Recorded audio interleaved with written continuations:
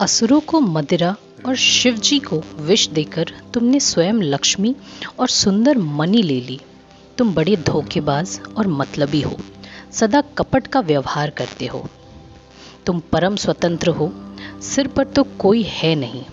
इससे जब जो मन भाता है वही करते हो। भले को बुरा और बुरे को भला कर देते हो। हृदय में हर्ष विषाद कुछ भी नहीं लाते। सबको ठग ठग कर परख गए हो और अत्यंत निडर हो गए हो। इसी से मन में सदा उत्साह रहता है। शुभ अशुभ कर्म तुम्हें बाधा नहीं देते। अब तक तुमको किसी ने ठीक नहीं किया था। अब की तुमने अच्छे घर बना दिया है, अतः अपने किए का फल अवश्य पाओगे। जिस शरीर को धारण करके तुमने मुझे ठगा है, तुम भी वही शरीर धारण करो। यह मेरा शाप है। तुमने हमारा रूप बंदर का सा बना दिया था। इससे बंदर ही तुम्हारी सहायता करेंगे। तुमने मेरा बड़ा अहित किया है। इससे तुम भी स्त्री के वियोग में दुखी होगे। शाप को सिर पर चढ़ाकर हृदय में हर्षित होते हुए प्रभु ने नारद जी से बहुत विनती की और कृपा निधान भगवान ने अपनी माया की प्रबलता खींच ली।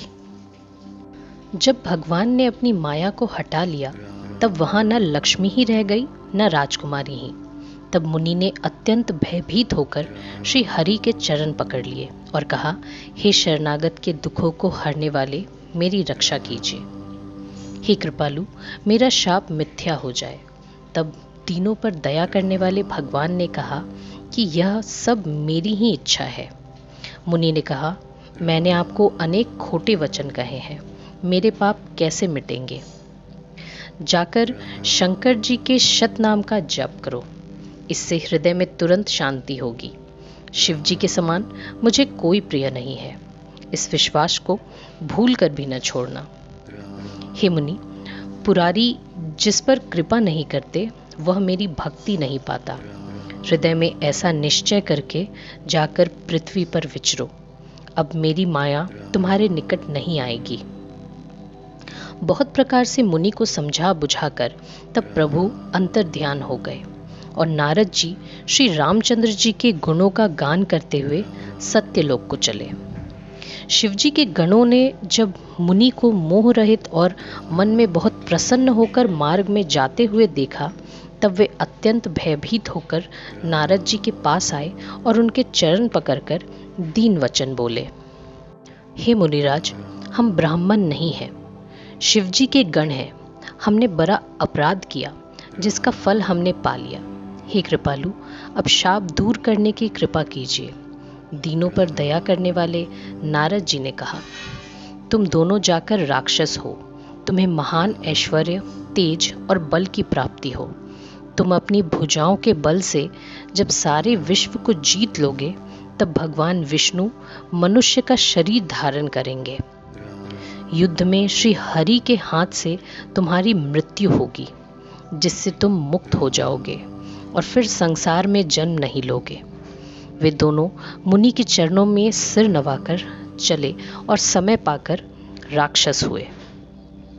देवताओं को प्रसन्न करने वाले, सज्जनों को सुख देने वाले और पृथ्वी का भार हरण करने वाले भगवान ने एक कल्प में इसी कारण मनुष्य का अवतार लिया था। इस प्रकार भगवान के अनेकों सुंदर, सुखदायक और अलौकिक जन्म और कर्म है। प्रत्येक कल्प में जब जब भगवान अवतार लेते हैं और नाना प्रकार की सुंदर लीलाएं करते हैं, तब तब मुनीश्वरों ने परम पवित्र काव्य रचना करके उनकी कथाओं का गान किया है और भांति भांति के अनुपम प्रसंगों का वर्णन किया है, जिनको सुनकर समझदार लोग आश्चर्य नहीं करते। श्री हरि अनंत है और उनकी कथा भी अनंत है। सब संत लोग उसे बहुत प्रकार से कहते सुनते हैं। श्री रामचंद्र जी के सुंदर चरित्र करोड़ कल्पों में भी गाए नहीं जा सकते। शिव जी कहते हैं, हे पार्वती, मैंने यह बतलाने के लिए इस प्रसंग को कहा कि ज्ञानी मुनि भी भगवान की माया से मोहित हो जाते हैं। प्रभु कौतुकी है और शरणागत का हित करने वाले हैं। वे सेवा करने में बहुत सुलभ और सब दुखों के हरने वाले हैं। देवता, मनुष्य और मुनियों में ऐसा कोई नहीं है जिसे भगवान की महान बलवती माया मोहित न कर दे। मन में ऐसा विचार कर उस महामाया के स्वामी श्री भगवान का भजन करना चाहिए।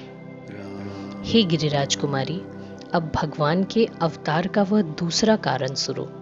मैं उसकी विचित्र कथा विस्तार करके कहता हूँ, जिस कारण से जन्म रहित निर्गुण और रूप रहित ब्रह्म अयोध्यापुरी के राजा हुए।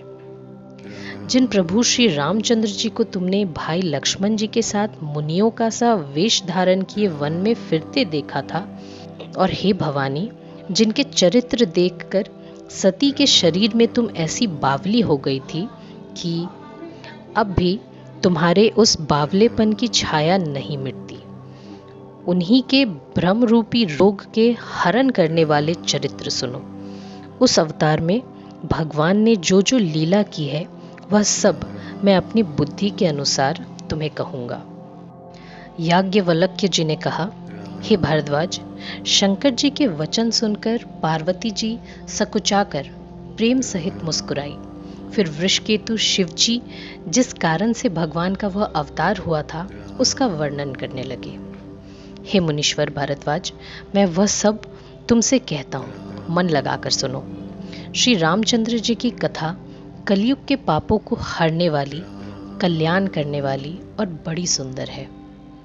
स्वयंभुव मनु और शत्रुपा, जिनसे मनुष्यों की यह अनुपम सृष्टि हुई, इन दोनों पति पत्नी के धर्म और आचरण बहुत अच्छे थे। आज भी वेद जिनकी मर्यादा का गान करते हैं। राजा उत्तानपाद उनके पुत्र थे, जिनके पुत्र हरि भक्त ध्रुव जी हुए। उनके छोटे लड़के का नाम प्रियव्रत था, जिसकी प्रशंसा वेद और पुराण करते हैं। पुनः देवहूति उनकी कन्या थी, जो कर्दम मुनि की प्यारी पत्नी हुई और जिन्होंने आदि देव दीनों पर दया करने वाले समर्थ एवं कृपालु भगवान कपिल को गर्भ में धारण किया। तत्वों का विचार करने में अत्यंत निपुण जिन भगवान ने संख्या शास्त्र का प्रकट रूप में वर्णन किया, उन मुनि जी ने बहुत समय तक राज्य किया और सब प्रकार से भगवान की आज्ञा का पालन किया। घर में रहते बुढ़ापा आ गया, परंतु विषयों से वैराग्य नहीं होता। उनके मन में बड़ा दुख हुआ कि श्री हरि की भक्ति बिना जन्म यूं ही चला गया। तब मुनि जी ने अपने पुत्र को जबरदस्ती राज्य देकर स्वयं स्त्री सहित वन को गमन किया। अत्यंत पवित्र और साधकों को सिद्धि देने वाला तीर्थ में श्रेष्ठ नैमिषारण्य प्रसिद्ध है। वहाँ मुनियों और सिद्धों के समूह बसते हैं। राजा मनु हृदय में हर्षित होकर वहाँ चले।